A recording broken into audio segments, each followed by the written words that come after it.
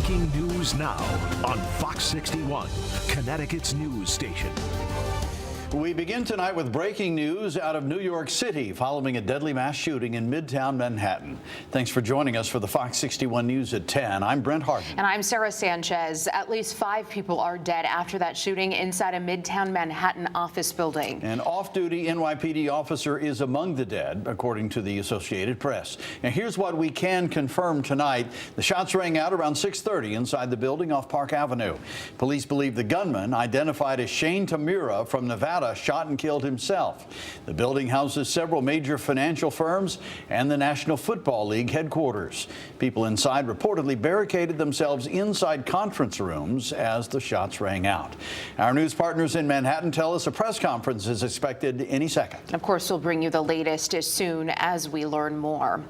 Now to the weather and a weather impact alert here in Connecticut. We're cranking up the heat and the humidity all across the state for the next couple of days. Yeah, there's a heat advisory in effect for the state. The heat will be brutal out there tomorrow. Chief Meteorologist Rachel Frank is here now with the first look at the forecast. Rach? Yeah, we're talking record challenging heat as we head into the day tomorrow. High temperatures in the mid and even upper 90s, but it will feel more like the triple digits at times over the next couple of days. We're primarily dry. There is a chance for an isolated late day or evening shower or storm on Wednesday, but overall it looks like we will get in a heat wave. This is day 1. And we'll have 2 more days in the 90s before temperatures cool back off again. A heat advisory again has been posted for the entire state. It's just the National Weather Service's way of saying, hey, this heat's going to impact your life one way or another. And especially during that peak heating time, 11 a.m. to about 8 p.m. is when you'd want to avoid any strenuous activity outside. At this point in summer, you know the drill. It is still quite warm out there. Temperatures are in the 70s to right around 80 degrees. Overnight lows will be dropping back towards 70 degrees as we head towards daybreak, and then heading through the day tomorrow, we are off to the races. By noon, temperatures will be right around 90, and we'll see high temperatures tomorrow in the middle and upper 90s as we head through the afternoon with lots of sunshine. And I even think the shoreline will see high temperatures in the 90s. Here's a quick peek at that heat index as we head through the day, again up around triple digits. We'll talk about when that relief comes and when we could see the potential for some heavy rain coming up in just a bit, guys.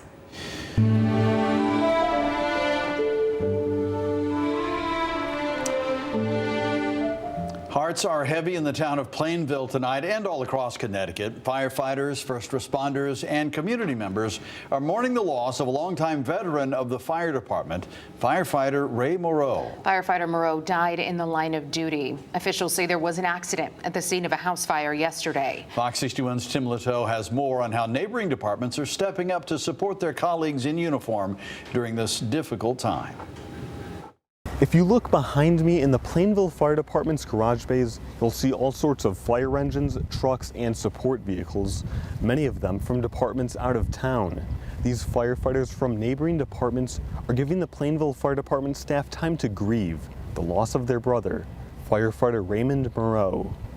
Connecticut's a small state, and we all stand up and help one another when a tragedy like this happens. A powerful and impactful message from Southington Fire Battalion Chief Edwin Crandall Monday night, where there are fewer mouths to feed at his firehouse during dinner time. Some of the department's members are just a town over to the north in Plainville, helping support the town's fire department after the line of duty death of 60-year-old volunteer firefighter Ray Maro. The Plainville Fire Department has been offline since this occurred yesterday morning, and they've been allowed to do so because of departments stepping up.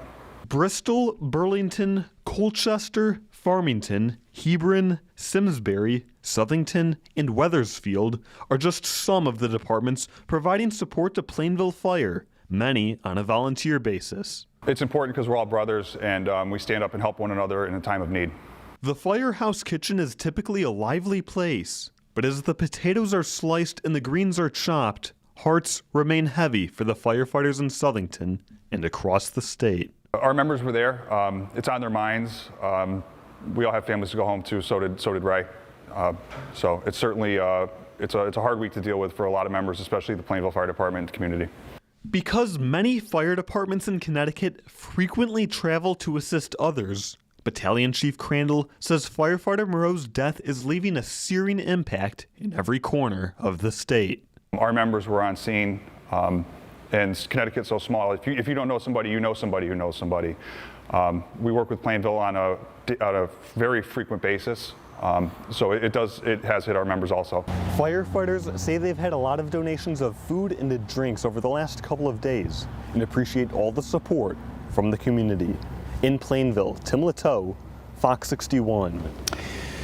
And despite the immense heartbreak felt throughout the community, many have made it their mission to support their local fire department in this important time of need. Fox 61's Stephen Reels visited some local businesses and shares how they're giving back to these first responders.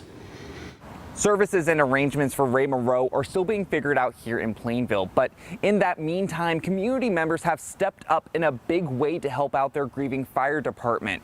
Businesses here in Plainville and in nearby towns are working around the clock to help out the department in their time of need. All set? Just down the road from the Plainville Fire Department, the team at West Main Pizza Tommy, I need your help. is working around the clock Good job, good job. to keep crews fed. We never stop all day. We're cooking for almost 50 people. Pasta, chicken. Manager Peter Caliotis says the news of firefighter Ray Maro's death Sunday came as a shock to the town. But it made it a no-brainer for the pizzeria to step up once the fire department's order came in, and the extra help continued to come. It's a bad day for the town. I'm in town 54 years. It's like, I'm born here. I want to help. You guys are going to just be helping them out as long as you can. As long as we can, yeah. Across the way in Southington at one of Moreau's old stomping grounds in Saint's Restaurant, John and Claudia St. Pierre say they want to offer their emotional support to those who knew the 35-year firefighter veteran the best. They've been customers of ours for a long time. At times they've sat right here on Friday nights, just being normal people.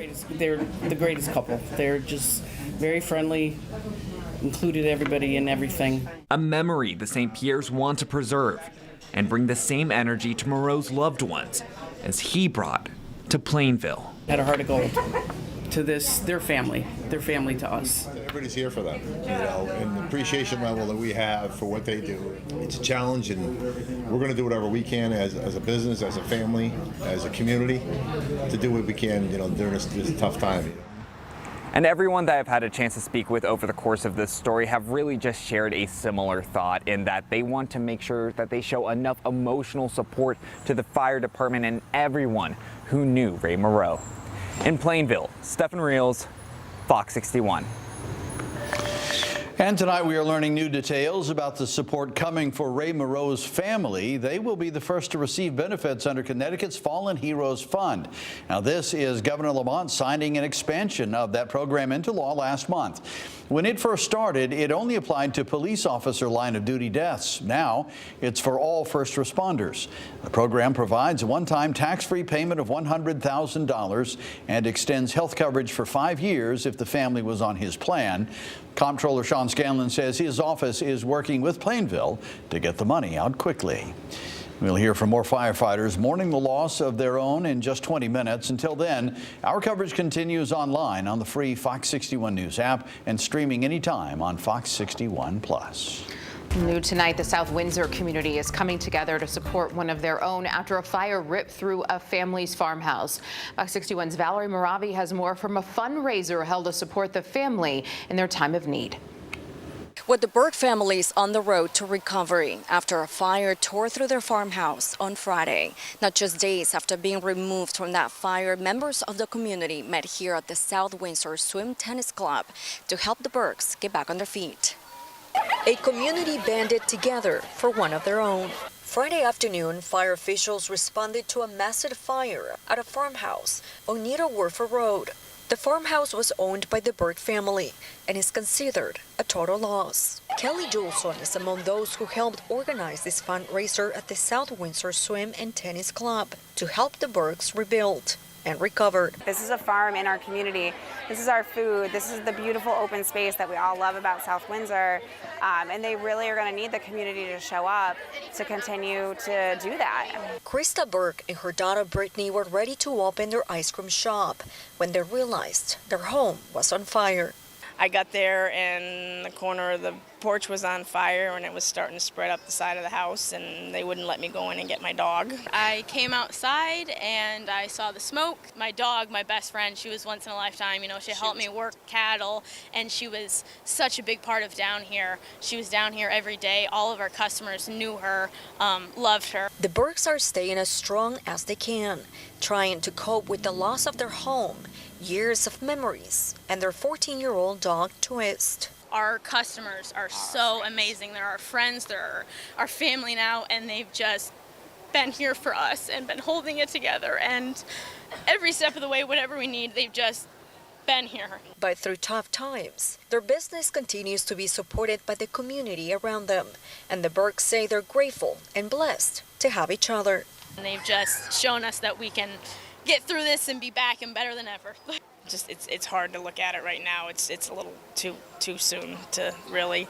We'll rebuild. I don't know where, but again, all proceeds will be donated to the family. If you would like to donate, you can visit our website at fox61.com. In South Windsor, Valerie Moravi, Fox 61. A hazmat scare in West Hartford tonight after a chemical leak inside a home on Lawler Drive. Firefighters say the homeowner found a leaking container of hydrochloric acid in the basement this morning and called the state's environmental agency for help. DEEP crews joined West Hartford hazmat technicians to monitor air quality inside the home. A private contractor was brought in to clean it up. No one was hurt.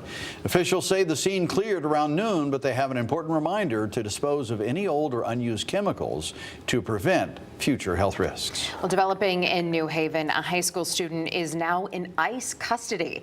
City officials say the 18-year-old rising junior at Wilbercross High School was detained last week at his workplace. He's a recent immigrant now being held at a detention center in Massachusetts. Mayor Justin Elicker and the superintendent say they're working to get legal help for the student, and teachers are sending letters of support. We're still waiting on a response from ICE.